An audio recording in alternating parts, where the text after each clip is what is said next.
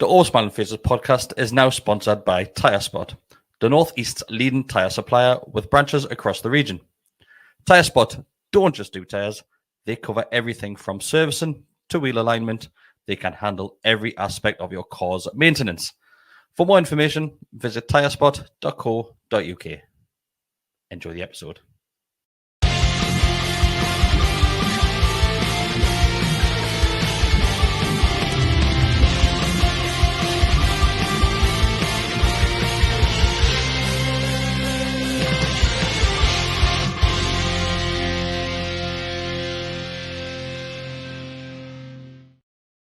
Hello, welcome back to the Always Smiling Faces podcast on the Gallowgateshots YouTube channel. And we are back, all four of us are back for another Monday night live recording. It's first week in a while, Decker isn't getting to say the words, but we are going to dive straight in and get talking about Newcastle United versus Arsenal. Bestie, I'm going to start with you. Hello. So you were a visitor at St. James's Park at the weekend? I was, yeah. It was nice to make a rare appearance. The Strawberry Corner. Makes you sound like an away fan, that. I've not been there. You weren't the one that get lamped in that level 7, were you? Hey, it was terrible form that mine, wasn't it? Horrendous. Really poor. It was. I think I'm sure there'll be questions about that though. But Yeah. Bestie, Hello. you were there. I was there. And I was talking to Decker before I went live, and there was a few people, well, I'm saying a lot of people that were very confident going into that game against Arsenal. Yeah. Were you one of them? I was confident, yeah. I didn't think I didn't think that Arsenal were a poor side or like that, but you look at how they defended against Southampton a couple of weeks ago, and they were there to be got at. I mean, we hit the post a couple of times. That Ramsdale made a great save from a Shea header in the second half. I think Shea might have put it in the corner a bit more, but notwithstanding, I think that we were capable of causing Arsenal problems, and I think we did. I thought we'd win 2-3-1. It goes to show that never back my bets. Yeah, so never bet with Bestie. Mark. Although I did have a couple of quid on Sunderland to finish top 6 as well. Like, We're not talking about that. That was don't mitigation. ruin my That was evening. Thank you very much. We're not talking about that. That's my compensation. I did it when they got the cup final a couple of years ago. I put 20 quid in to win because I thought if they win, I get loads of money back. If they don't win, I'm happy to lose 20 quid. Yeah. To be fair, I used to bet every Derby day. Like I would. It was on my birthday as well, that one, so I got a nice. I was okay. And then this one I thought was like 8 quid. I thought, well, I put 8 quid in. Whoa! Hold on a minute. So you're telling me? You just say that again? I'll tell you the reasons why. Would you not pay £50 or £25 to watch us beat Sunderland? Would you pay that? Well, I'll do anyway. So if I put £50 on him and win, I don't give a fuck. It's the best. I've swore there. Sorry. If we win, yeah, no, I know. But if we lose, then I'll get some money. But I don't want that to happen. I'm not having that. Like, I see. Yeah. No, I'm fine with that. Like, I'm not having. I'm okay with that. That's quite possibly your worst opinion you've ever had on this podcast. Really? Back in Sunderland to beat us. No, I'm not. Well, that is exactly what you've just said. I'm not going to be able to get a word in now. So I'm not having that. Like, absolutely not having. No, that. I've definitely done it before. I'm okay with it. It's fine. You're getting compensation back if it goes wrong. It's okay. Scott said it's bad juju. Bad juju. Horrendous. Mark. No, I wasn't confident at all. Go in the Arsenal game. No. And you why not? You go back to the Spurs game, obviously the week before. I think everybody was very confident going into that one. I gave her a chance though. To your point, Bestie, I think particularly the two centre halves that they've got playing, haven't been setting the world alight. I gave yours back, wasn't he? That's it. Yeah. So I don't know.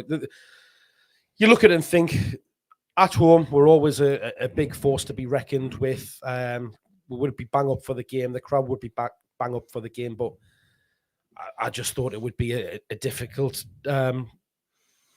match to go in against, and turned out that way. So it came to pass. I thought, because Man City, but the way they got at them a few weeks ago, I thought that they're starting to wobble a little bit. I fancied my chances because the way we weren't playing brilliantly in a lot of games. I thought we were poor against West Ham. We scored 5. Yep. I didn't think we were great against Southampton for the most part. And we're still that second half. We just pumped them. So I thought, we've got to spell them, and we did. We had spells in the game. Oh, undoubtedly. Yesterday, we just couldn't get the ball in the back of the net, sadly, or any part of the net, for that matter. If you got points for hitting the posts, as you say, would have done well. Would have lots of points. Decker, I'm pretty similar to these guys, thinking that in regards, I thought pressure might have been a bit too much for Arsenal, because going into that game on Sunday, it's probably their last chance to stay in the title race and just cling onto it. And they shocked me of how they changed their game slightly as well, and give Newcastle a taste of our own medicine at time, I would say. Yeah, well, I wasn't as confident as some. I mean, there was a lot of people saying like, "Oh, I think we'll really pump these." However, I actually did think we'd hammer Tottenham, for example. But Tottenham and Arsenal are, I mean, worlds apart. You know, Arsenal are a good side. I know they've had a bad run of form. Don't get us wrong, but not to be disrespectful to them, but like Arsenal have fell apart in these type of games before. You know, I know you could go back to last year and mention the last game of the season, had to win to finish top 4, blew it. But Arsenal have been renowned of like just bottling things, just bottling it. And I knew the atmosphere would be absolutely, you know, electric, and our record at home has been amazing. We've started games really, really well, especially big games. You know, you're expecting us to really come out the blocks, and I thought we're really, you know, I might blow them away in terms of that approach. But I think, you know, to be honest, you've got to credit them a lot. Like, I mean, I appreciate Murphy hit the post really early on. Sorry, second minute, wasn't it? Them did really well at controlling the ball. Like, they were passing it around really well. They were absolutely brilliant, and that's why they're only a point behind Man City. Like, they're a very, very, very good football team. And like, I know people were annoyed and we're all frustrated watching it with the way they went on and diving, and we'll get on to a lot of it more later on and stuff. But I thought they managed the game really, really well. And but as to Bessie's point, like, you know, it wasn't as if we didn't give it a go. We had loads of opportunities. We hit the post a couple of times. You know, we had Shea's chance, probably should score. They keep our pulls off a few great saves. Like, so, for example, if that Murphy goal goes in the first minute, God knows what could happen. It's different game. You never know. It's a totally different game. So fine lines and small margins. Like, but I just think I'll say this: you see how far we've come as a team, though, in such a short space of time, that you're going against someone who's going for the title, and in many ways we matched them yesterday. Fair enough, they got the 3 points. It is what it is. But we'll really give them as good as we got. On paper, we're more than matched them. Well, XG, I know XG's not a build, but stats-wise, I saw the things. I mean, Scott put it in our chat to say that we're higher XG than them yesterday. Which I'll reiterate, XG isn't. But then I think the saves Nick Pope made in the first half. Pope made a lot. Pope saved. We kept winning the game. It could have been 4-0 by half time. I think that was the surprising thing. I have said this because we do press so high up the field.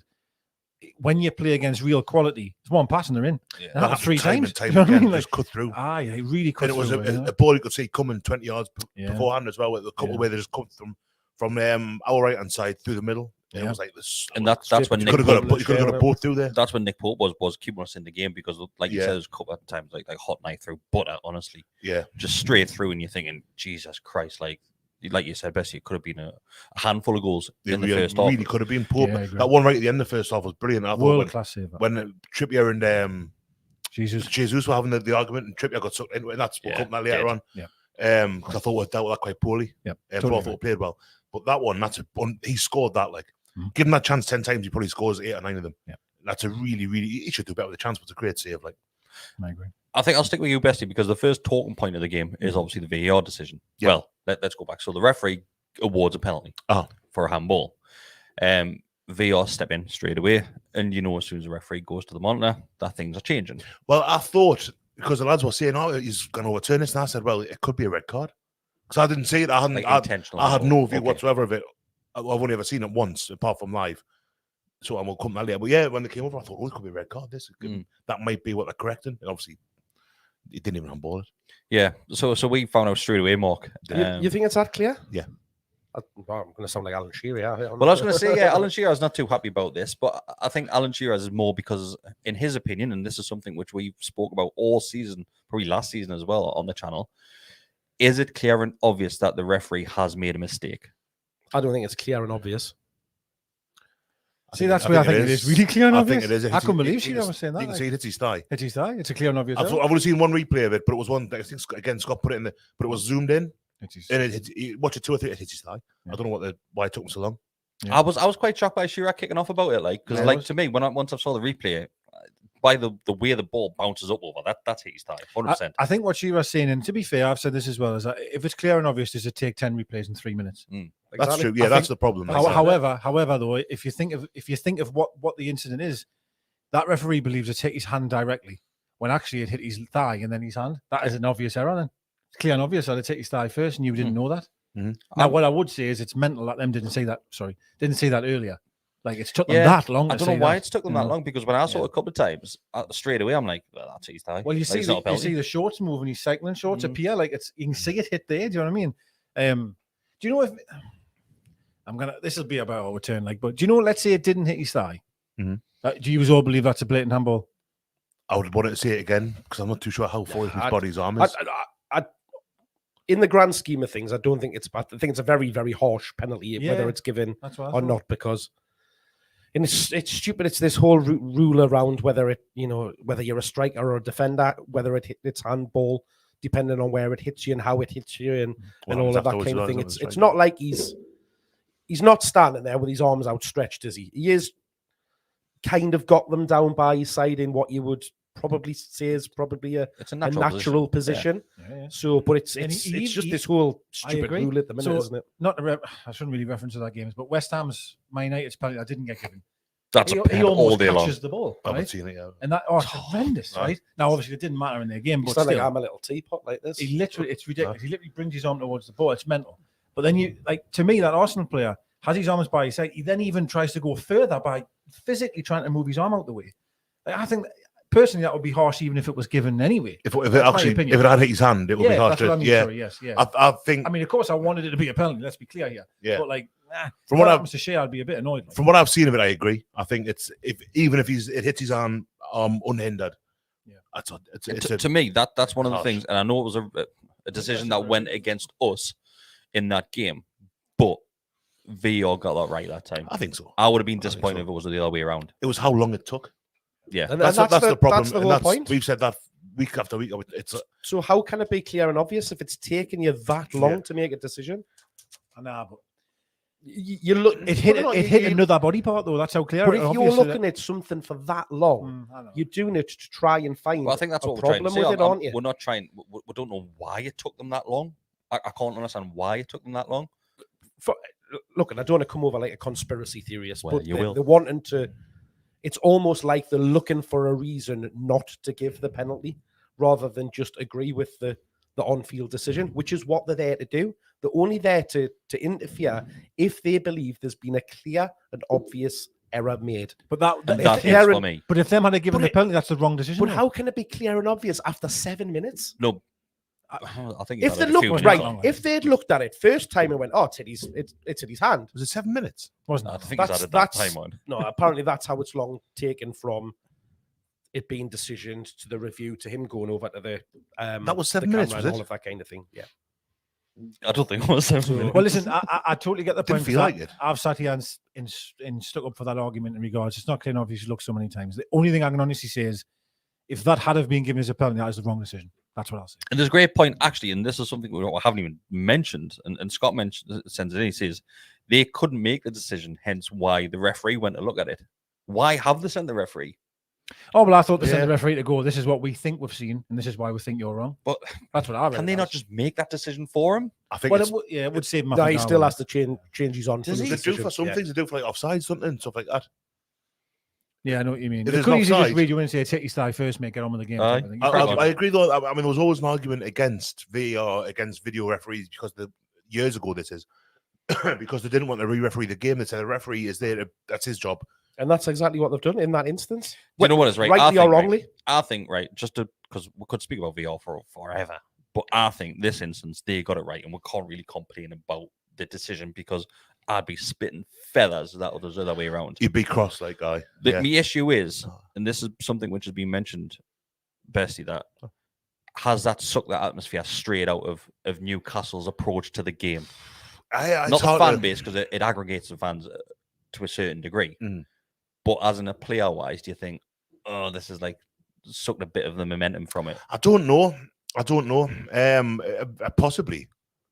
I did see Trippier kind of start G'ing the lads up at one, but I can't remember after the penalty, after the goal, because the goal was only like 4 minutes after that, wasn't it? It wasn't long at all. So correlation there, you could say that, yeah, maybe it did. Because I thought we had the better of it early on. Obviously, Murphy hit the post early. I just thought we looked better than Arsenal for the first 10 minutes or so. So maybe it was up until that point. So yeah, I hadn't really thought that earlier. I will say though, the crowd was amazing at first 25 minutes in particular. It was loud, wasn't it? I can't remember it being that loud in there for a long time. Maybe Arsenal last season, and even then. It was noisy. One of the lads said, we've got a message to say you can't hear the commentator over the noise of the crowd. The crowd was excellent. But yeah, maybe it did. It didn't feel it from the crowd point of view. I always think when you get some funny decisions, it gets the crowd going a bit. And the crowd was actually pretty much for the whole game was excellent. But maybe it did. Maybe it did because you go from that elation of thinking we've got a chance to make it 1-0. Who's going to take? Well, who's going to take this? We didn't even think about it being reviewed. To go and like, here's a review. It could be a red card. They've got to. That didn't even cross my mind. That red card thing. It was when he came over. I thought, if it's because the lads next to me were convinced, Mark and them, convinced it was a penalty. So I'm thinking, well, if they're that convinced, his arm must be up here. So he's basically saved it. Yeah, red card. But did the match fella in the box not say VAR checking penalty decision? I couldn't hear. That perfect. I don't know how you can't hear that bloody new PA system. Christ. The music's far too loud. I think sometimes. Oh, I'm going to get when we win it is. I'm going to get onto that. It's something that I've been meaning to discuss at the end of the podcast, and I keep on forgetting. But I'm remind us before we go about this. Didn't affect it this week, did it? It didn't. It was quiet actually. I think I couldn't work out what I played. What happened? Normally, DJotti comes and says, "Oh, the game itself, Decker." Yeah. So obviously we're saying we've gone toe to toe, and is it just a case where it's came to those chances that we didn't hit the back of the net with? Yeah, I do think so. I know obviously you can, if you come to their first goal, you can talk about poor defending all night if you want, but you think of that Tottenham game, right? You think of how early we took the lead there, and obviously everything that happened after that. If you look at that when Murphy hits the inside of the post, it doesn't go in. Like you're talking like an inch there from being in the lead. Do you know what I mean? You then got a penalty that obviously wasn't given, whatever.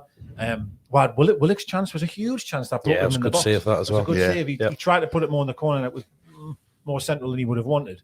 On another day, if them chances go in, you could have blown them away. Now of course, the other side of the coin is, Pope saved twice. I get that. I understand that. But what I'm saying though is, if Murphy scores as early as that and Willock gets that goal, you know what I mean? It's just in a game like that, it's fine, very, very fine lines. And we've seen this before, where we've played really, really well and we haven't scored. And we've all said, we had loads of chances. Unfortunately, it just was one of them games where... Yeah, you're saying Willock, there was one in the second half where Isaac plays him through. Isaac, sorry. And the tackle, I don't know who puts it in. Xhaka. Incredible. Was it Xhaka, was it? Yeah, right on like 6 yards out and he's scored, basically. Yeah. If he doesn't do that, Willock maybe dilly-dallies ever so slightly. Because he should just be hitting it. But it's an unbelievable tackle. That's how good they are. Yeah. That's why they're where they are, stuff like that. They were really good yesterday. Like, I'm not going to sit here and cheerlead for them, but they were excellent. Fish and Rods. Jorginho was outstanding. So Fish and Rod says, Mark, he says, we didn't play the Arsenal that played Southampton, West Ham. We played the Arsenal that was smashing up the league early on. Yeah. And timing is everything. Then there's another comment straight after from Dan Whitten that says we caught Odegaard in imperious form. Mm-hmm. He's had a hell of a season. He's a very, very good player. Yeah. It's when you're coming up there and would things have been different having Longstaff in the middle? That for me, right before the game even kicked off, when that team news comes through, it puts a dent in my hopes because I think just his energy in midfield makes a difference. But yeah, they were like I said, it's fine margins in a game like that, and where we've came up against teams where we haven't played as well, they haven't had that quality that Arsenal have got.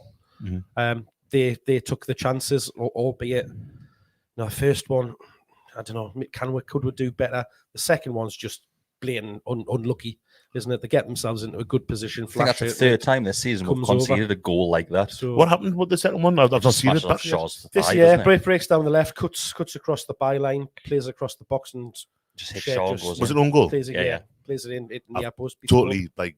Because during the game, during the match, me and Mark, how's that gone in? Because there was like squeeze it in. It seemed to be similar goal we conceded at Wembley, like very similar to that sort of goal. There was a bit of call that there should have been a foul before that even started. I think the player 1-2 with Almiron. Oh yes. To me, I thought it looked like a foul personally, and then they broke from there and scored. But I think it wasn't far from the edge of their box. No, it wasn't. You're right. It was that like classic 1-2 style will play on that that side of the field. So I thought it was a foul, and then they broke directly from there and scored. It was frustrating, but I think a few things to reference, which I think we'll probably get into. We've talked about our chances and stuff. I thought I was really unhappy with our game management in regards to like the way that we were getting involved in all this nonsense in my handbags. Like, no, it isn't. I get that the fans are very, very, very passionate enough for it, and I suppose that will feed to the players. But I just felt we were playing into their game plan. Do you know what I mean? We're getting aggressive. We're getting annoyed with each other, with them, and losing concentration because we were too interested in wanting to get in their faces. And I just felt that it really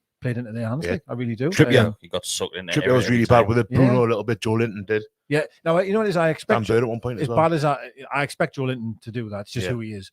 I was a bit surprised at Trippier because I thought, you've been here and done this. You know what they're trying to do. And I felt like Trippier was more and more as the game went on, in that half was just more and more getting annoyed, and the Jesus one, which leads to Pope making a wonderful save on the stroke of half time. He's arguing with Jesus so much. Yeah. He ends off just totally losing his man and everything, and then they end up breaking and then Trippier is still going at him when the ball's further down the field. Yeah, I know, and he's also just going at it at each other. And Trippier's like looking at him. The ball's in play out there. Who was arguing with Xhaka? Really, like a lot as well. Xhaka was just on and on and on. So I know Fabian Shaw clattered him at one point. Yeah. Then obviously stayed up because I think teammates for the Swiss side. But then not long after that, I think it's Joe Linton's kicking off with somebody. That might be Xhaka, actually, to be fair. And that's when what's he called? Oh, it's Wilson. I think it's Wilson and Xhaka that are arguing. Is that who it is? Yeah, because Xhaka went down, and that was so Shea obviously fouled him. It was I didn't mean to, but he kind of slipped and went straight through. It was a bad challenge. Well, it was a second one because he'd already done a tackle, and then he's in. That's right. Yeah. So Xhaka was feeling it again, so he went down, and Wilson was trying. Oh, he's always going to get involved. Yeah, was trying to get him off the floor, and then he wouldn't leave it alone, and then all of a sudden, Xhaka and Wilson were at each other for a long, long period of time. Now, could you say that's gamesmanship to try and get him wound up? Because Xhaka's like, I just feel we just need to rise above all of that. Like, my opinion, anyway. There's a couple of comments came in saying, like, I hope we're not going to start complaining about the way Arsenal played. We're not. Not at all. No. We're more saying that we got sucked in and fell for it. They were horrible, but what irritates me, and it's not what Arsenal did necessarily, it's that we are meant to be the only ones that do that. Like, we can listen to how people go on about it. Newcastle wasting time and how long it takes what goal kicks and going down with cramp. And apparently no one else does that. But everybody was moaning about the fact that Eddie Howe was talking about it in his press conference after the game because he was asked the question about it. He just said he hoped the ball was in play more, didn't he? That's what he said. They managed the game and we fell for it. I think what I did annoy is on this one, and again, this is not the way Arsenal played, right? At all. Arteta's comments after the game, though, I was like, how mate? Like, beforehand, he was like, well, you know how them want to play and how we want to play. It's two totally different ways. That's what he said pre-conference, right? After the game, he says, oh, well, we have to manage the game correctly against teams like this, and we managed it really well. Hold on. Well, that's exactly what we did down at your place, but then you criticised us for playing in that kind he's of always way. He's always gonna like be in his back his team and now he has every right to be proud of them, and no doubt, because again, to go back to my first comment when we started was under that pressure environment, all the rest of it, I wasn't so sure they would be able to handle it. And he did. And I think it proved a lot of people wrong. Because they really did. A lot of them players that I didn't think had the in them did it. But when you think about the game back in last season, the wilted completely. Completely, yeah. Big difference in that, though, for me, was the officials let them do that, though.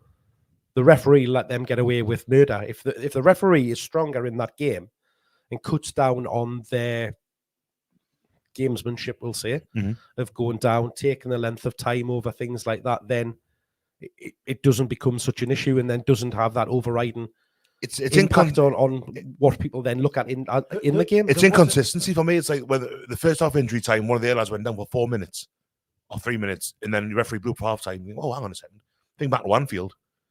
I forget who was it. Joe Linton went down with cramp in injury time, and the referee played an extra 3-4 minutes. It's inconsistent. If you're going to do it for one, you've got to do it every game. There was a few challenges. I was going, why are we doing that? Like, there was one Shea just absolutely elbowed Jesus, went flying in on him. I was like, why are you doing? One when Gordon came on, he went for a header on the halfway line and he clattered. I forget it was on the left hand side. You don't need to do that. The ball's going nowhere. Joe Linton did one in the first half on George Jr. had no chance in hell of winning the header, absolutely none, and just went straight to the back of him, free kick to Arsenal. I'm like, why are you allowing them to break up the play? Yeah, that's what I'm all for getting stuck in. I'm all for competing. Of course I am. But there's certain times where you have to accept, actually, I'm probably not going to win that ball. It's just there's just no need to do it. There's loads. It happened earlier in the season against Leeds where Wilson gave a stupid free kick away. We're trying to win the game. I think it was with Jude, home I think I remember. In injury time, and he gives a stupid free, and he's having a go at the keeper and Messi, and you think, mate, you fell for it. And at the end of the game yesterday, was in the corner, 2-0 down, so didn't really different. we got involved in the push and shove in the corner and say, lads, we're wasting time here. That was horrendous. It's stupidity. Shea was lying on him, right? Actually, physically lying on top of the lad. The lad got up and then Shea pushed him, and I was like, "What are you doing? You were lying on top of him. Get off and get on with the game." And I guess maybe frustration, maybe it is, But again, I'm not taking that away from Arsenal. I think the point I have to try and make is just how we got involved in that and sort of I don't know. It's not a criticism of Arsenal. No, it's not. No. Do you not think it's like we're talking about how much pressure Arsenal was under to win that game, to stay in the title race? But our lads were probably pressurized to think we win this and Champions League basically in the bag. Oh, there's definitely, their emotions would have been through the roof. There's 100% pressure on both sides. You can't deny that. It's a huge game of football. We're at home. The players will know. The fans are absolutely want to win. It's a big game. I'll tell you what. After the cup final, if it's quite important that I'm not going to be upset if we don't finish top 4, but have that staying power, because the cup final kind of didn't really turn up. They weren't awful, but it didn't really. Man U were the better side. It was a fair result and all that. Yeah, paid off the pot. If they don't finish the top 4 this year, it'll be a bit of a kind of. And I'm not going to say that it'll be a poor season or anything like that, but there'll be that little question about a lot of people's heads about the kind of bottling, basically, because I've been in that position and then falling at the last hurdle, which it would be if we don't finish. It would be it's that little bit of experience, kind of getting over the line and all that. I think we'll be all right, but I would be gutted if we didn't. I think we'll be. I'll not be if we finish 5th or 6th. It's a brilliant season still. It is, of course. It's a really good season, but where we are now, you'd like a couple more wins and we're there, and it's like. I think we'll do it. I think this is a question which we asked last week, didn't we? We said, would you be disappointed if we didn't get top 4? And everybody was in agreement because, like you said, Bessie, we've been up there challenging right the way through the season, really. Yeah. So for now to lose it in the last handful of games, less than a handful of games, really. Last 4 games now, you're going to be a bit worked up by it. It would be. I wouldn't disappoint. It'll be maybe slightly anticlimactic after everything we've been in the top 4. For probably 2/3 of the season, 3/4 of the season so far, maybe. So it would be a bit, but there again, if we're in the Champions League next season, we'll get this amount of money to spend. If we're in European Cup, what's it called, Europa League? It's still going to be a good summer. But still, you know what? Something I've been saying to the lads in WhatsApp over the last couple of days is like, this is still our first season of trying. You know what? Basically, we've been coasting along under actually for like a generation, for 15 years, pretty much. Had a great second half last season, and this year we've gone. We'll put some effort in and see what happens. My 3rd. Yeah. So anything that happens, like that result yesterday, before too long, that'll be us going to a hard away game and turning the team 3rd in the league over and being, battling for a title. I have every faith. I think what we do have to highlight as well, Mark, is Bruno's performance. He wasn't at the races on Sunday. And we can sit here and talk about how good Bruno is. Yeah, he's a fantastic player. But when he has a poor game, we're going to have to admit that he stunk the place out. And players will have a bad game. It's fine. It's fine. We have heard that before. But he did. And look, we've said for weeks now, haven't we, that he just doesn't look right. We all know that he's got a problem with his ankle. He needs end of the season. He needs pre-season. Thankfully, it's not long off. But he looked slow. He was getting caught in possession a lot. Again, I think I'm going to hark on about it again, but I think Longstaff being missing impacts him as a player as well. He hasn't got somebody that he can just lay off the ball too easily. I mean, how many times did I turn to you during that game and just said there's just no movement in that midfield or in that centre of the park at all? There was just a huge empty space at times, and that's where they just passed the ball through, were moved around, and won that game. It just needed something in the middle of the park to shore things up. I think I really enjoyed how far away from your body you held that bottle of water when you opened it. You know, as if it was going to be like dead volatile. It's a bottle of still water. Chris, you did it, didn't you, with them bottles all over yourself? Honestly, those bottles. Really? And I did it last week. Sorry for those that just listened to audio, but we've got these bottles, and you automatically assume that's a screw top on it, and it's not. It's so the lid on you flip. Like it's so tight that you've got to put like a canny bit force in it, and too much. You squeeze it and it just goes like I covered myself in that week. It doesn't help that them bottles are so thin as well, obviously, so they can be crushed up. It's a bad thing. I think just to reference Bruno, I think what I agree with what Mark's saying, by the way. I just think I've never seen him look so poor on the ball. To be honest, like he got caught a lot, didn't he? Credit to Arsenal as well, because they gave him absolutely no time on the ball. That was a big part of their plan, was to to nullify him. And every time he picked up the ball, he had somebody on him. Yeah, well, there's another player I'm going to mention a little bit later that happened to. But I've said this a few times to Bruno, right? When he hangs on to the ball so long at times, right? That against the sort of lesser opposition, it kind of gets away with it. And I still think he draws fouls out on fouls, in my honest opinion. Yeah. Yeah. All the time, yeah. Mm. He just panic and he's like, oh, he's got a foul. And I think he's a bit lucky there, but fair enough. I just felt that yesterday, obviously, he got caught loads, and that was obviously their game plan. But there was a pass. Sorry, there was a couple of shot he had that was just weak as out. Yeah.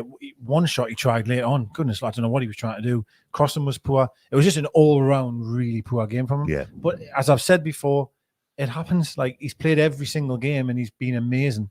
And unfortunately, yesterday just wasn't his day. Jorginho was unreal in that centre of the park. He was fantastic. If you're going to have a bad game, I'd rather have it yesterday as opposed to against Leeds or Leicester. Exactly. Or someone where we're expected to control the game. I definitely think, though, he's at that ankle injury. It's really hampering him, isn't it? I think Longstaff being out is going to be a bit of a worry because with Bruno not being as mobile as he is and not being as sharp.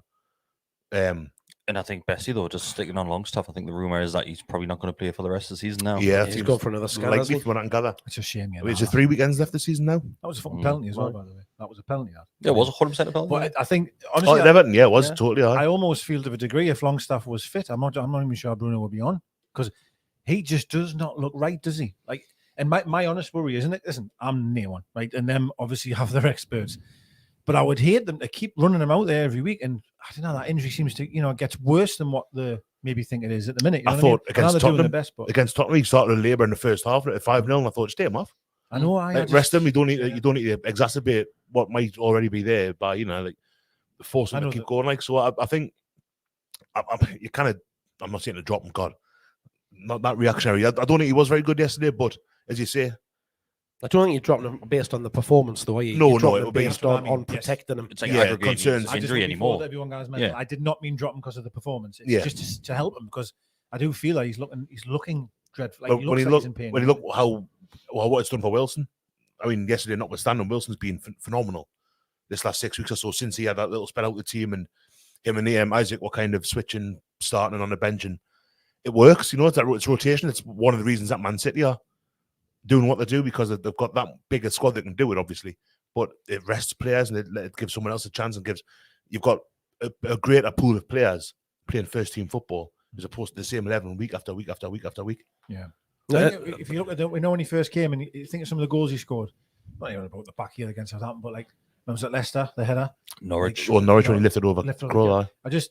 That Bruno in there, like, that person. He is playing in a different position, though. He's deep down here. I don't even think he's physically able. I know he got on the edge of the box yesterday, and that was a poor shot, like it passed it back. But I don't think he physically can do it because his ankle won't let him. I don't think he can get up and down as easy. He just doesn't even look comfortable when he runs. I said this for a while when he passes the ball. I don't know. It doesn't look right, does it? I mean, it gets to where it needs to get to, but I don't know. It just doesn't seem to look the same. And I do all think that's hampered because of the injury. I really do. But let's just hope it doesn't get worse to the point where it really struggles him on the off season, and he can just get the operation and then come back fine. I think the fact that we are, missing Longstaff is the only reason that he's in there. If Longstaff's fit, I think he probably has a rest. I think he stays. Because Longstaff he didn't have a rest. He's looked not poor. I'm being really careful with my words here. He's looked a bit laboured for a good month, 6 weeks now. And Longstaff they've been playing them both. So I don't know if Longstaff was fit. I think Bruno's that important to the team. Yeah. I don't think you can drop him based on that. We'll see. Maybe when they had that 3 games in a week, he played every game, didn't he? Yeah. Maybe it's just, as you say, those 3 games in a week, and it was just an off day. I do think that Arsenal were brilliant on the way that they managed Joe Linton and Bruno. Yeah, I think that's every time they got the ball, they were on them, and that's where you notice. And I love Joe Linton, right? But it's in them very tight areas. Sometimes when he's out wide and he's against one man, brings it down his chest, and that has a little bit of looking past his back. There was a few times where he was getting played past the ball in the middle of the park. Christ, he had 3 on him within seconds. And it's hard for anyone, I feel, in that role to take the ball. And sometimes you found with Joe Linton, he was taking a touch and thinking, Christ, they're on it straight away. It was certainly their game plan was that. Something I noticed a few times over the course of the game, like 3 in the first time in half, maybe once, twice in the second half, was when the centre half had the ball. Normally, Shea on the right hand side, and there wasn't the ball on for him. Looking forward, there was nothing, so he had to square it. Bottom did it a couple of times where he's carried the ball. That's where we were talking about the lack of movement. It's just centre circle, and because Longstaff's not there, and there's no even something Shelby used to come deep and pick the ball up. I mean, it's in the championship, like, so it's a different kettle of fish. But the only ball on was for the other centre half, and that's partly, I think, because of what we don't have in the middle at the moment, and partly because of how good. And that's the thing with Bruno as well. We've just sat and talked about Bruno for 5 minutes there, and he has looked a bit laboured, but Arsenal were that good. Like, if that was who's played now, Forest and Southampton, we've played them both twice against one of these two sides. Not to be disrespectful to them, they're just not as good as Arsenal or Manchester City. So Bruno wouldn't look as he would just play better because it's true. But you think of the last game, I'm sure. Forgive us if I'm wrong, but it was Southampton when he got caught in possession on halfway line and then went and scored. And that to me, that moment has been coming. Because I find he gets caught in possession an awful lot of times, and I just always think, God, get rid of it because it's gonna, And a few times yesterday, now they didn't lead to goals, their moments, but he was losing it a bit yesterday. They hit one. You lost it twice, I remember, and they hit one both times they were on goal. Yeah. And there's sometimes he loses it, but it gets given as a foul, and I'm thinking, sometimes I'm thinking, they're lucky there, but you take them. The other thing I wanted to mention, was actually you want to go. So I was going to say that there's a shout from Chris Jenner that says if we get top 4 secured, Bruno needs to be straight off to get that operation. Yeah. And I think if we had a one on the weekend, I think that's probably when you would see the likes of the medical staff. But I still think we'll be in a position where we'll not be able to do that because we're missing Longstaff. Had we been secure in we're almost there, but we haven't got anybody that can come in and. But you just run Anderson out there. Yeah, but you can't play. Look good when he came on central. Joe Linton. Do you need to replace him if you've already got top 4 secured? Do you need to replace them? Well, I just think Joe Linton plays there and he'll play Anderson and Willock. I'm talking if there's nothing else to do. Like we are. You can play Anderson, but then you've got Miggy, Murphy, Gordon, Maxi can go on the so you can drop Willock deep, Joe Linton deep, drop Willock deep, and you don't have too negative an effect. I mean, it is negative effects. I love Willock, and Willock I thought was okay again yesterday. But you do lose that. You don't lose as much as you might do. Had that not been the case, had Willock and Joe Linton not been as versatile, they've probably been not because Bruno. But they've both the way they've worked together has been phenomenal this season. That's been one of the big desperation mistakes. We've seen it before. You can move share into that in the midfield, can't you? Anymore. Let's not try that. The championship season's finished now. Jeff Hendricks gone out to be back. What I was going to mention was what was your thoughts on Isak and Wilson starting?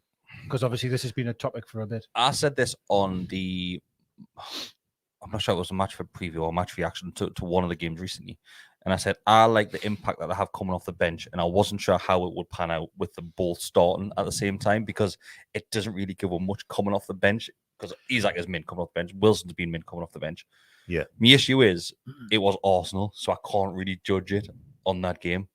And I thought Isak still did very well out from on the left-hand side. I think he was probably one of the few bright sparks. There's a few points where I thought he wasn't quite where you'd want him to be as a winger. So I thought when we brought a couple of times, he wasn't where Maxi would have been or where Gordon would have been because it's not his instinct. Yeah. So I think we lost a little bit there, but I thought again on the ball, he's got such a lovely velvet touch on him. The amount of times he got himself into positions, like he was playing 1-2s with himself, man. But he does that thing. His controls are incredible. Ridiculous. Will have tried that twice. I went out to play with it twice. I had exactly the same move. But I thought when I mentioned about managing Bruno, I thought they managed Isak superbly well. I really did. And it's the treatment that Maxi sometimes gets where when them get the ball, he had 2 or 3 round him almost every time he got the ball, which is difficult. Now, to go back to your point, I actually thought the reason why he started them both, of course, form helps, because they've been playing amazing.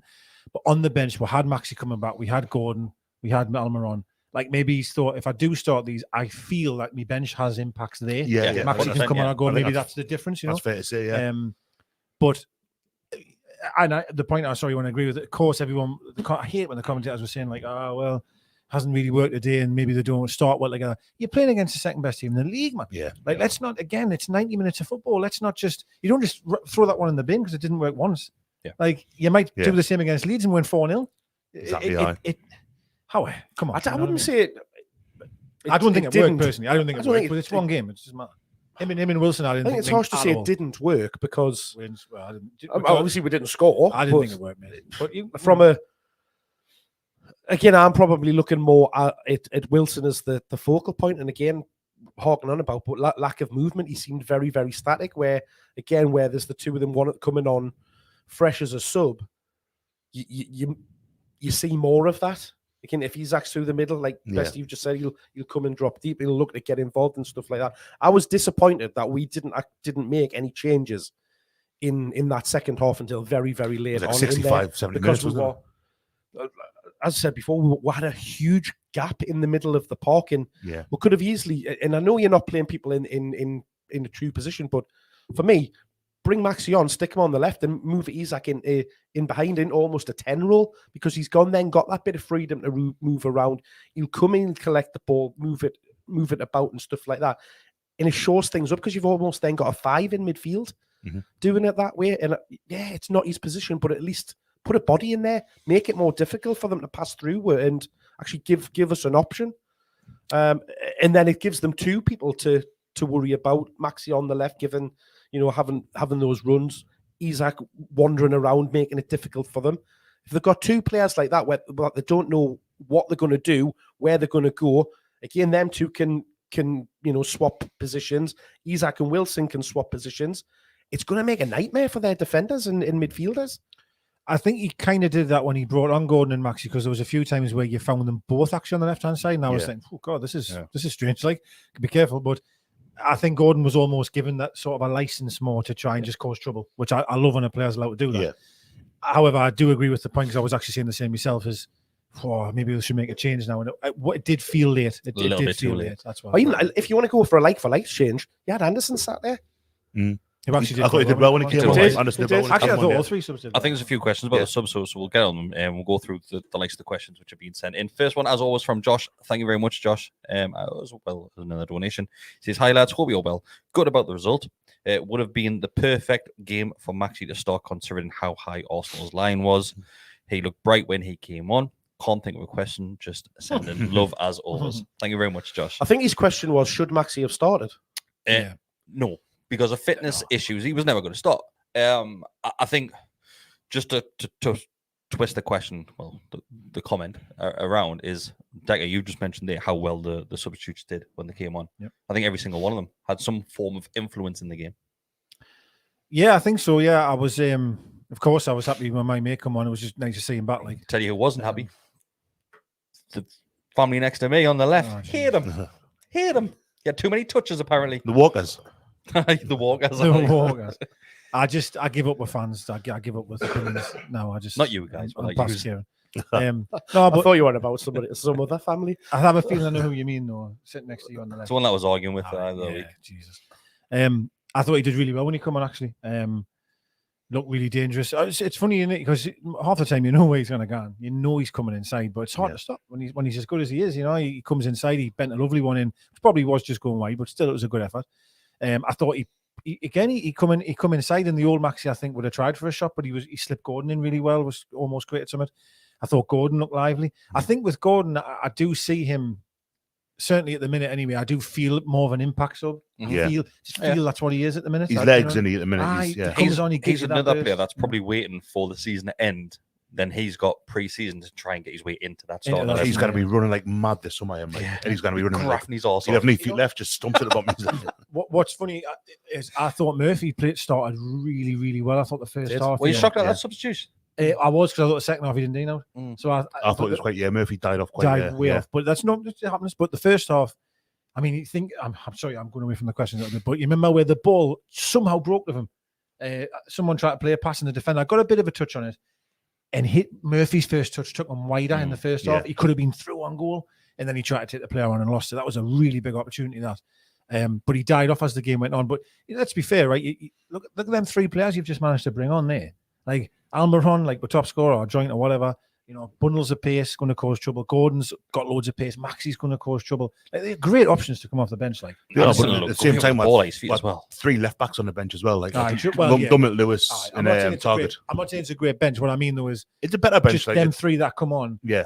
And you've already got Isak on the field. You've got Wilson on. You can hurt teams. We've got a better when they're fit. When the lads are fit, we've got more options. And Anderson did really well when he come on. I thought I appreciate it wasn't a penalty, but he's getting in there. You know, he's getting in there. He's got great close control, always trying to make something happen. It looked like a penalty. I thought that one. Like. Oh, it was a time. Well, speaking about this, but there was a shirt pull on going. This is what I was going to bring back. So me and Mark highlight, but we spotted this as soon as it happened. It's Isaac it's a diamond into the game. Really, it's probably about 5-10 minutes left, and Isaac's going up for the ball, and Isaac's got a hold of the player's shirt. I can't remember who it was, a defender, but Isaac's shirt's getting ripped off him at one point, and it's like that. There's one I would Gordon ahead. If you go on properly stretched out, if you go and get the images where obviously they've got all the match day photography and things like that, there's a perfect shot, and I swear to God, Isaac's shirt is like that far off his body, like just ripping it. And that's it. I don't understand how. And we're talking about clear and obvious errors here. If the referee hasn't seen that, surely to God, VAR has seen that, because it's clear as day that his shirt is being hiked off him. The problem is it happens so often. Hiked. It happens so often that it's the old thing about holding for penalties in the box, and people would say, "Oh, you give 30 penalties a game, we'll give 30 a game." Then for sure, pulling the same, like it's such a they say, "Oh, you mustn't do it." You do see the occasional foul given for it. There was one at I think it was Southampton last weekend where I forget who it was. I ended up with a hole in his shirt, because of someone had a good tug on it, and it's. The only way you're going to stop it is for penalising people for it. And I dare say there's probably stuff that we haven't seen where Shea is bound to have at some point had a hold of somebody just because it's Shea. Probably no doubt. But it's just stuff like that. And you think, well, give a free kick for it. It's like this. How often do you see a goalkeeper? God, it's not even subtle. So I'm currently showing Bestie a photo of it. How often do you see a goalkeeper keep a ball for like 10-15 seconds? I'm sure you can get that up on the screen somehow now. Like, probably say it's because he's got a hold of him now, but I agree. Yeah. That's horrendous. Like, but when you see a keeper keep the ball for like ages and ages and ages before releasing it, for just like out his hands, and like, well, do it, man, do referee. You can see Wilson counting. Jesus did it once when Pope had it. I don't know why I think Pope be wasting time with 1-0 down, like, but you think, well, just you get told at 6 seconds, or I'm assuming that's still the case. I don't think it's a rule anymore, is it? Did they not? I think it is. Scrap it. Is it not? Not because then you could just get to keep a hold on the ball for. Yeah, I think if the bouncer, does that reset the clock or whatever? No, is it not anymore? No, it's from the moment you take control of it. Right. That's why you keep kind of take control of it, put it down, and pick it back up again. Yes. Because that would then theoretically reset the clock, where you obviously can't do that in that way. You couldn't anyway, like. But so I'll put it on the screen for everybody. So the shirt pull. So I'll put the shirt pull on the screen, and to me, if the referee sees that, I think he gives a penalty all day long. And that's why that is where VAR is meant to help the referee out here and say, hold on, you might have missed one here, mate. But yeah. And that's where the frustration with VAR comes from. It's not the tool that's the problem. It's the tools that are using it. The application. It is. Right. Next few questions. This first one is from Dan Druff. That is, what was everyone's thoughts yesterday? I thought we played well. We just lacked the final product. I've seen some nonsense on Twitter saying we weren't very good. So I'm going to come to you, Bestie. Hello. What are your thoughts on the reaction that you get on Twitter after a defeat? You get the extremes, don't you? You always get people who say that such and such is terrible and we've got to get rid of him and this is awful and that's all. There's not much space on Twitter for nuance. Plenty for nonsense, like, but not much for nuance. And I think that you get both sides. You get some people who kind of, regardless of how poorly they play, will say, "Oh, well, they were unlucky at that." It's one of those things. And you get some people who, like, after a really good performance, will say, "Oh, but that garbage." And the truth's always somewhere in the middle. I thought they could have been better yesterday. As I say, I think that it's fair that you can criticise them for just totally getting sucked into what Arsenal were trying to do with them, the game management side of things. But they played all right. I thought they played well. If you play that like that against most teams, do you know what it is? It's just good to see we're actually trying against these teams. That's what I said at the start. You see how far we've come. You know, we're going up against here, arguably someone that can still win the league. You know what I mean? And we didn't look unmatched. What we really did, we didn't look out best, like. I remember games against Man City where we were just at home. I mean, we won one of them, like, but we just put men behind the ball and hope for the best. Yeah. And 2-0, wasn't it? 2-0. 2-1, I think. But you know, 10 times out. 1 times out of 10 you'll win that game. Yeah. And then 9 you'll get hammered. And in fairness, right, you could play that game again, right, and change nothing. Well, of course, you've got to change something. Sorry, that sounded daft. But the performance itself, you could made the goals a little bit wider. You could beat Arsenal. Do you know what I mean? With that same kind of performance and the same attitude, you could go and beat them. Yeah. You know what I mean? You were so close. Certainly getting a couple of goals. It's just, of course, there's things you look back on, like for even the first goal, which we haven't really touched on. We should be getting out hellish more quicker than that. It's a poor goal concede. It's a good finish by Odegaard, but it's poor. I mean, he's meant to players. Like, I don't think he's meant that, but we have to be getting out there. Not even just to the guy he passed to. Even I think it's Saka originally. He's got loads of time. Just standing there. He's got loads and then time. he passes it. It was bad. It was very bad. Next question. I'll stay with you, Decker. Is from Tobias. That says, would you lads be disappointed if we only got Europa League at the end of the season after spending so long in the top 4? Don't get me wrong. I'm buzzing for European footy. And we'll obviously touch on this at the start of this one, but regardless of what happens, we've got European football. Well, we'll know that. The question is, got European football. The question is, would you be disappointed if you don't get Champions League? I always honest on here. I'd be absolutely devastated if I'm honest, mate. I would be devastated. Do you know what it is? If any of my mates say, it's great, no, it's fine. Like, we've still got European football, but I'd be lying. I'd be lying because in my heart, I'd be like, God, we were so close to being in top 4 Champions League. You know what I mean? And we know how quickly seasons can change from season to season, because look of the likes of Chelsea this season, look at Spurs this season. We know how hard it is to stay up there. Liverpool even. Yeah. Liverpool, yeah. And I think this is another reason why, and I did mention this last week, I'm sure, so I apologise if people have heard us say it before, but the reason why it would hurt as much is because I feel that next year, all of the teams mentioned are going to be really fighting again. Yeah. And it just makes it even harder, whereas them teams haven't performed, and we really took advantage of that. Hence, we're sitting third. I'm just not so sure it's as easy again, because the reason why it's not going to be as easy, we're going to be playing, let's say we don't get it, we're going to be playing Europa League next year. So we're still going to be playing 2 games a week. We're still playing, a lot of football. And all of these teams have probably come back stronger. So to get top 4 next year is even harder. Yeah. So if it's going to be hard, let's be in the Champions League first of all if I'm playing 2 games a week. Do you know what it is, right? We're sat here saying we're disappointed, because of course we're going to be disappointed. If there's anybody out there that is saying they wouldn't be disappointed with not getting in the Champions League at this stage of the Lion. Well, I think it's the distinction the difference is you can get over it very, very quickly. Disappointed about that, but still delighted that we're exactly. Yeah. I'll be disappointed, but then I'll go, you know what it is? We're still in the Europa League. The grand scheme of things, finished 5th. The grand scheme of things, still had a fantastic season. Regardless, it doesn't matter. Regardless where we finish now, the grand scheme of things, I'll be very, very happy. But it'll be that little tinge, that kind of thing. Oh, I wish I would just held on a little bit. Yeah, almost. Like getting the cup final. It's disappointing that we got beat off them, but it was amazing. Losers mentality, be damned. It was amazing to find. I mean, I'm 41. It was my first time at Wembley watching Newcastle. Liar. I mean, I'm an old man. It was my first time. It's funny that didn't hurt as much as it probably should have, though, right? I think if it had been my 3rd or 4th final on a trot, I think, but it was it's just the speed with which it's all happened. Yeah. Like from October 2021 being taken over to what we are early May 2023, and we've been to a cup final. We're guaranteed European football next season. Mm-hmm. Well, it looks likely that we'll be in the Champions League, and it's just and that's why it doesn't hurt, because the disappointment you get over very, very quickly because of the achievement. I don't think I will if it's the champ. I don't think I will. It's like being disappointed on Christmas Day because someone's tough to say, because you had this wonderful dinner and then there's just not quite enough gravy. Like you've had all the trimmings, you've had this, you've had that, and it's been beautiful. It's been perfect. It's been the best day of your life. And there's just that little bit. So our version of that deck, I would be getting a kebab wrap that doesn't have enough garlic in it. Yeah, 100%. So the kebab wraps, this is mint. This could do with some garlic, Yeah. Very true. Well, no best for taking back to food. It's been a while. Last week, I remember how just to go on a bit of a tangent here, but I got hot and tasty, and I got a mixed kebab wrap, chicken kebab, tikka chicken kebab, sorry, with normal doner meat, with cheese and red cabbage, because I do love a bit of red cabbage. Oh, right? Sorry. With garlic in, of course, right? Got me chips, but I always get an extra tub of garlic, always, and I forgot to order it. So when I got everything out of the bag and that and got it all, I was like, amazing. Well, where's my garlic? I just didn't enjoy it. Yeah, I felt like him. I felt like him. He's for a sauna, isn't he? Is he? Jesus Christ! He got me garlic. It's Greek. So anyway, I was disappointed, but I know what you mean, Bessie. You're absolutely right. Yeah. Right. Let's fire through the rest of the questions. It's only half 8, how I can't believe this score. Like, I'm going to finish this one bang on an hour this week. You can't believe that the worst team Neil getting beat away at the Bestie. Spoiler alert.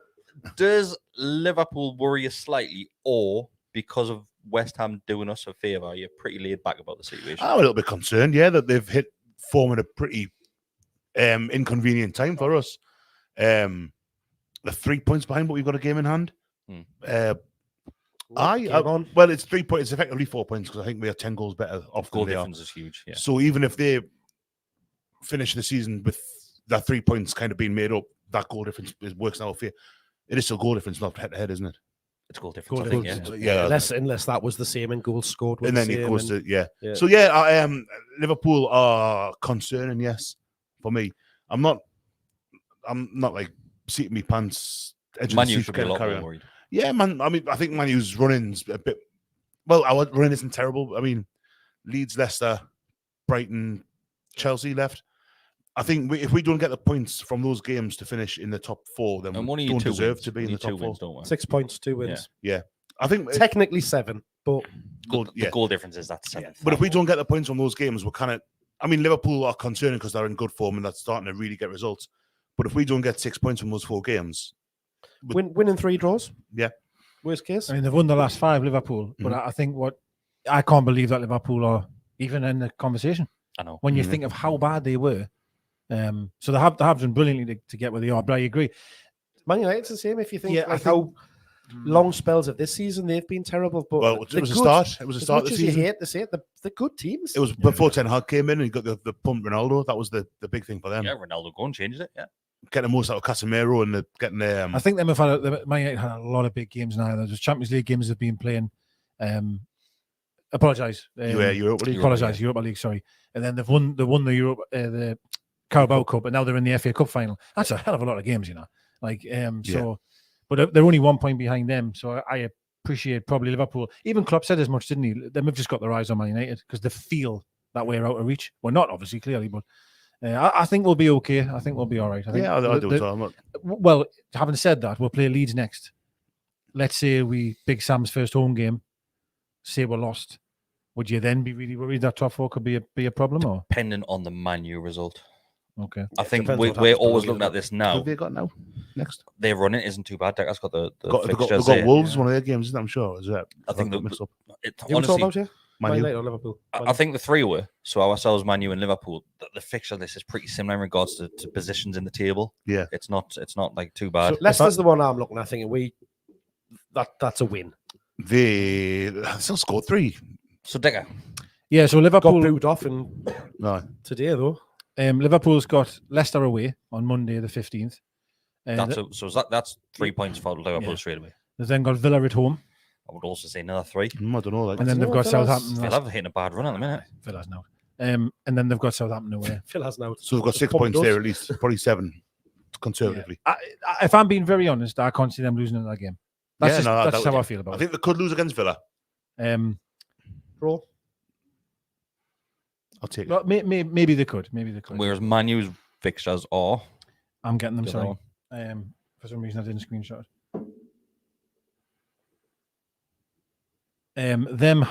They've got Wolves on Saturday at home. Right, yeah. They've then got Bournemouth away the following Saturday. Chelsea at home midweek. And then they finish the season at home against Fulham. So if I'm being honest, I can't see them losing either. That's the truth. I can see them. There was one there that I thought sounded a little bit. Fulham at home or Chelsea at home? No. Wolves at home? Wolves. Bournemouth away? Bournemouth away. No. I can't see can't see them losing any like. But hey, football's football. They're not tricky. Mm-hmm. You would have thought Brighton would have gotten beat 5-1 of Everton, right? They've tripped up a few people this season. Liverpool, didn't they? Do you think we've got the hardest running? Leeds, similar. Just appointed a new manager, so Leeds away. It's a dead cat bounce, isn't it? And you got Leicester. I've never said that before. People keep on credit. Taylor, wasn't it? Yeah, I think so. Yeah, but I think we've got the toughest running. But I think we can get 6 points out of them 4 games. Like I say, win 3 draws. I actually think that's doable. Talked the whole season, draw games, isn't it? So, well, that means not losing the next 4, from our point of view. I think we'll get 2 wins. I think Leeds is going to be tougher than maybe I've originally given credit for because I just think they are so bad, to be honest. Because of the new appointment, though. It's just that, and it's his first home game, and maybe I'm reading too much. It was still terrible at the weekend, but it's second half of the game. It's another week on the training ground, isn't it? And just they weren't that bad. He'll be desperate to get one over on us as well. He will. And Brighton at home, we've obviously. But it's funny is how one game of football changes your mind because I think Brighton are a great side. Yeah, they are right. And then people will look at that 5-1. Bad them. That's what I'll say. Exactly. Bad them now. That's a midweek game, and it's not easy. We've never done well against them at home either. Have we beat them in the Premier League? Yeah, we beat them down there, didn't we? No, never down there. Moji Army that. That was the championship. Oh, in the Prem, you mean? Sorry. Yeah, right. That's why I said in the Premier League. That didn't that bit. Don't think well. And then we've got Leicester at home, which, let's be fair, that's probably 3 points. Again. And I think Chelsea, I think we can beat them. Like that's the season, yeah, probably. I think we can. I think we'll do it, but I think we have got the hardest run in there. Like, no, I agree. I think we've got the hardest running, but I think there's still 6 points here. I wouldn't fancy going to Villa Park, mind. Well, we did. We did terribly. All right. Yeah. But yeah, you've only got to just worry about yourself. Yeah, that's what it is. What happens below you, you cannot impact at all. Depend on the situation you're in. Improve your diet, maybe. Or your stamina. Stuff going on below me that I'm not happy about. Like. on the scales. Down. Little tip for you if you just turn the thing. I don't want your little tip anyway on this podcast, mate. Well, I've lost a stone. Right, I'm gonna end it on this one. So thanks everybody for joining us this evening, and thanks everybody who is listening back to the audio. Just review the audio, give it a 5-star rating. It helps us out massively. If you're currently watching on YouTube, whether that's live or watching back, like the video, means a lot to us. We also hit 10,000 subscribers. You all know what that means. Battle of the Kit Goalkeeper Edition will be heading your way. Also, I forgot to talk about the music. I knew it was coming, yeah. To briefly summarize it, honking. Absolutely honking when they play that music at full time when we win. Well, Hey Baby. It's always so it's Hey Baby or Kissing a Sunshine Band or the Dan Burn. It's the worst mega mix ever. Yeah. The music on the ground for me these days, before the game, I've said this before, I said it last season, they try and fit too much in. They do that shitty version of Bladen Races that everyone hates. Yeah, everybody. Apart from people that recorded it. What I did like this week, though, I played AC/DC again. Yeah, that's rubbish. That's Bestie doesn't like that, though. I love that song. Bestie doesn't like it. I don't like AC/DC. I think Bestie's, to summarize Bestie's opinion, all the music sounds the same. Absolutely. It does. Yeah. Maybe it does, but it's if you ask someone in their 50s or 60s who doesn't like music, who their favorite band is, it's AC/DC. It's a lazy person's band. I love Status Quo.